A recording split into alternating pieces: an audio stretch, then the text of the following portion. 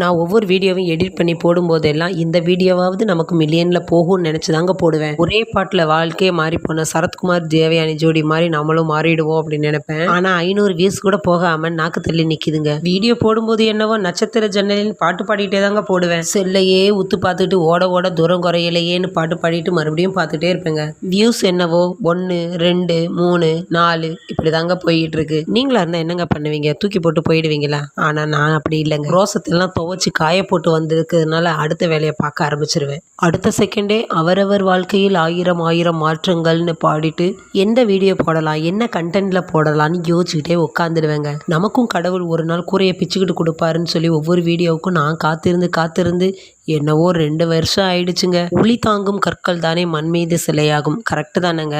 ஒரு வீடியோ இல்லைங்க, 1000 வீடியோ போட்டிருந்தாலும் கடவுள் நம்மளை இன்னும் செதுக்க நினைக்கிறாருன்னு நினைச்சு மனசு கரைஞ்சிடுவேங்க. ஆனால் உடம்பு குறையிலங்க. குண்டா இருக்குமே, குண்டாயிடக்கூடாதுன்னு சொல்லி வாயை கட்டுப்படுத்தி வயிற்றை கட்டுப்படுத்தினாலும் அது என்னவோங்க பூசணி பழம் மாதிரி ஊதிக்கிட்டு தான் போதே தவிர குறைய மாட்டேங்குதுங்க. அதை விடுங்க, வீடியோவில் எப்படி வியூஸ் அதிகரிக்கிறதுன்னு சொல்லி நம்ம யோசிப்போங்க. உங்களுக்கு ஏதாவது ஐடியா தெரிஞ்சுன்னு சொன்னால் எனக்கு கமெண்ட் பாக்ஸில் சொல்லுங்கள்.